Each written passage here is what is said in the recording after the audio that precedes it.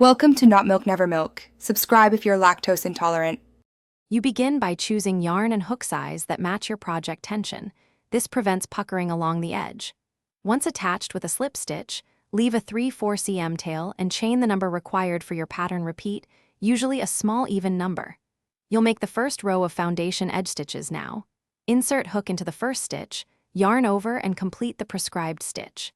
This sets a stable base so subsequent edging looks neat and lies flat. Once your foundation is set, work the repeating motif evenly along the side. For example, single crochet, chain 3, single crochet in the next stitch. Make sure you place edge stitches into the fabric yarn over spaces or stitch tops as required. This preserves the corner shapes. Maintain consistent tension by watching how the yarn feeds from your fingers and counting repeats periodically. If you reach a corner, add extra chains or stitches to turn smoothly. Otherwise, the trim will pull in or flare out.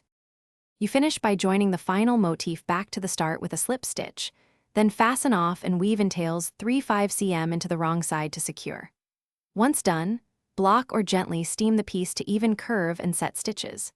If the edge gaps or ruffles, make a small swatch to test a slightly larger or smaller hook and either add or remove anchor stitches at corners. That quick test shows whether to loosen or tighten tension before finishing the whole project. Thanks for watching. If this was helpful, leave a like and consider subscribing. See you next time.